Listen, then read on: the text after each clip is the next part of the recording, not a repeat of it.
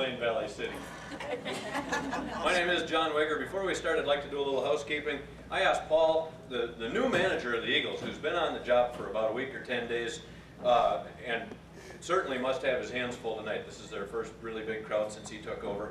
And Jeremy Schwab, who just took over the kitchen as well. If they'd come up so we could recognize them, thank them in advance for the work for the dinner, and the girls as well. Cindy Berger and Sue Lloyd and a group of women. They're all out here in black. Oh, and I was supposed to particularly remember Cindy Berger's son, Adam, who really didn't want to work tonight, but he's working. So how about a hand for the kids?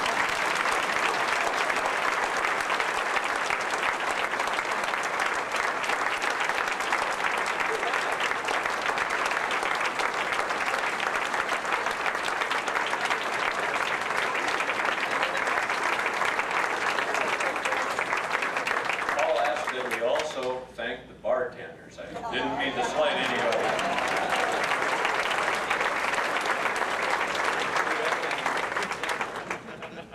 Holy cow. What a magnificent looking bunch of people we have here tonight. You know, I think 8 or 10 years ago, Valley City played host to the all 60's reunion. And I remember being around town. I didn't go to the reunion, but it seemed like the town was really full of elderly people. This is a much much better looking bunch of people. When Bart, thanks for asking me to do this, Bart. When Bart called and asked me to do this, she said, "I want you to speak about Valley City, and it would be okay if you're funny." And I said, "Would it be okay if I'm not funny? What's the penalty?" She said, "You have 3 to 5 minutes. I said, "I can't say hello in 3 to 5 minutes. Then I got the letter in the mail and it says you have 5 to 7 minutes minimum. So I wrote my notes and then I called her and I said, "Did you mean that?" And she said, "Did it say minimum?" And I said, "Yeah." So I have about 13 pages of notes. I'm going to go really fast. And I'm probably not going to talk an awful lot about Valley City today. Mary Lee did a great job of that. Also, if you think that this is going to be one of those speeches like they taught us in speech class where there's an introduction and like a body and then a conclusion, this ain't going to be that speech either. About 7 or 8 years ago, I got a phone call from the other Jon Wagar. There's one that's about 15 years younger than me, lives here in town, and he said, "There's a guy on," and I didn't have the internet yet, he said, "There's a guy on the internet looking for you. And he got a hold of me and he wants your phone number. Is it okay with you if I share it with him?" And I said, "Well, I don't know, who is it?" And he said, "The guy's name is Jay Darby. He's from Minnesota." And I said, "Yeah, absolutely." Jay Darby was a guy who went to school here from the time he was in the 1st grade till he was about a sophomore in high school. And he was a cousin to Penny Hoffman and Candace Hoffman, who may be here. I saw Penny last night. And we were friends, and then in the sophomore year he left and he never came back. All right, and so for whatever reason, one day he happened to think about Valley City and he remembered my name and he was looking for me. So I said, "Yeah, absolutely, share that." And so he emailed me at work. And for about a week we emailed back and forth, and it was a really interesting exercise for me because this was only 7 or 8 years ago and he hadn't been here since 1969 or 70. And he started out by asking me if Coughlin's was still on the corner by the library. All right? Well, and we've got some Coughlin's here tonight, and they had a furniture store in that corner for 120 years, for all I know. There's no name. And then he walked me down Central Avenue over the course of these emails, and he said, "You know, what about Gamble's?" And of course, and I'm thinking, you know, I don't understand brain chemistry at all. I don't know how it is that just something like that smell or a mention of a word can make you remember things. But the first thing when he said Gamble's, of course, you know, that was just south of Coughlin's. I had my first car accident there. I was 14 years old. I had my permit. Steve Girton was 14 and a half and had his license. And me driving with Steve was legal. Go figure that. It's raining, it's nighttime, and we're driving up Central Avenue in my mom's Chevelle, and there's 3 girls, Deb Meyer, Melba Gentry, and I don't remember who else. Melba Gentry, whose dad was probably the only Studebaker Toyota dealer ever, anywhere. But they're standing under the canopy at Gamble's, and of course, you know, I want them to see me driving. And so I'm watching them, and Deb Meyer is screaming, "Hooch!" And I'm 52 years old today. I have no idea what that meant. We said that for 2 or 3 years. Every time we saw somebody that we knew, we'd scream, "Hooch!" And anyway. And he walked me down Central Avenue, and he said, "What about Valley Paint and Glass?" Well, you know what? They're one of the survivors. Tim Sorensen, I don't know if he's here. Tim still runs it. His dad, Dale, and his mom started it.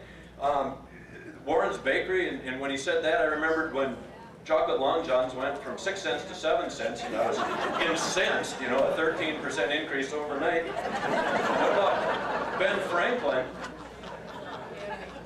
where I used to go at noon and take the pennies out of my penny loafers, and I could buy a box of Snaps, the licorice, kind of soap and licorice flavored candies, for 2 cents. And I remember when Earl Kelly died, and Earl had Bob and Jim and Sue, I think, that were probably in this generation. Mary Paulson, who was writing for the Times Record, wrote just a phenomenal editorial about Earl Kelly. She said when she was growing up, she thought he was Ben Franklin.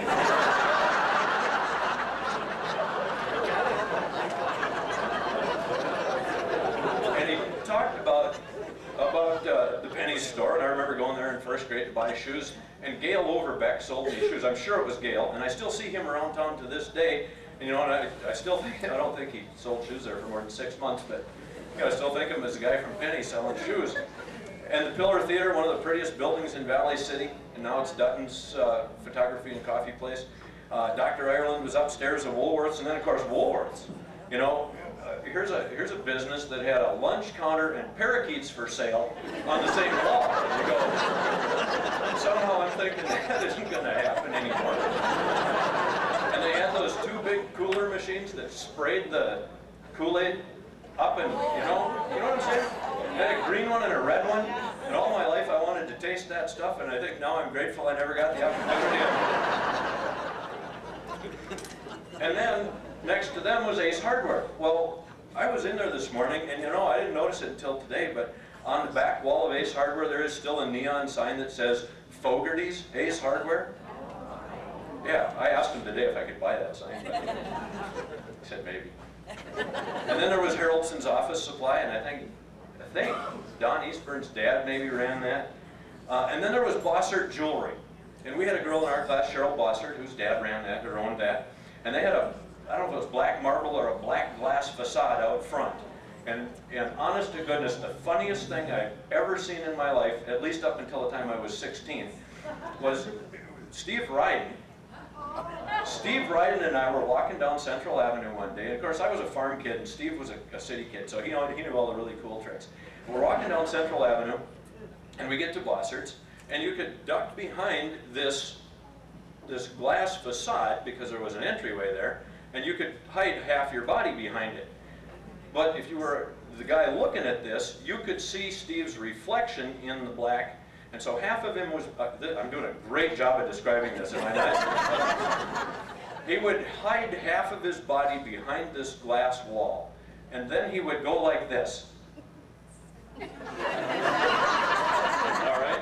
And what you saw was his arm and his leg, and the reflection of that arm and leg up in the air, and it looked like he was flying, and he would do that until you were ready to wet yourself. And then he would go like this. And his head would disappear. So last night I'm talking to Steve, and I mentioned that to him. And Steve, God bless him, took his wife down, and by the way, have you met Giselle? Steve must make a tremendous amount of money because he has an absolutely gorgeous, funny, beautiful wife, and I don't know what else. She said being married to Steve is really entertaining. He took her downtown this morning and demonstrated that deal. So I'm thinking that tomorrow morning after the memorial service, we all go up there by Bong's Bouterie. And then there was Strauss, you know, Strauss for men on the corner of Central and 2nd, and they had, when I was a freshman, a white tapestry Nehru jacket that I wanted so badly, and it was $12, and my mom said no. And bright yellow and had some braid around the cup. And Ted Newberry, remember Ted Newberry? Ted Newberry got the white one. I hated him. The fair store, long gone. The Peacock Room, where all elegant ladies met for tea. And the fair store changed my life. I was a senior in high school. I told Rose Johnson I was going in the Army. Rose Johnson was babysitting for Mike Lowe, who had just gotten out of the Army. And one day she came to me and she said, Mike Lowe wants to talk to you. And I said, who? And she said, Mike Lowe, he sells shoes at the fair store. And I said, really? So I went down to the fair store and I said, what's up? He said, I heard you were going in the Army. I said, yeah. He said, I heard you were going in for 4 years because the Army promised you could be a mechanic if you went in for 4 years. I said, yeah. He said, I've been in the Army. They're lying to you. Once you're there, they'll make you anything they want to make you. And he said, Rose says you're going just to get the GI Bill. I said, yeah, that's true. He said, go for 2 years. I'm telling you, you can stand anything for 2 years. If you go in for 4 and you don't get the job you want, you're going to be mad for 4 years. So just go for 2, you get the same GI Bill. And what did I know? So I did. I just trusted him. Never met him before. I've never seen him since, but I owe him a big thank you.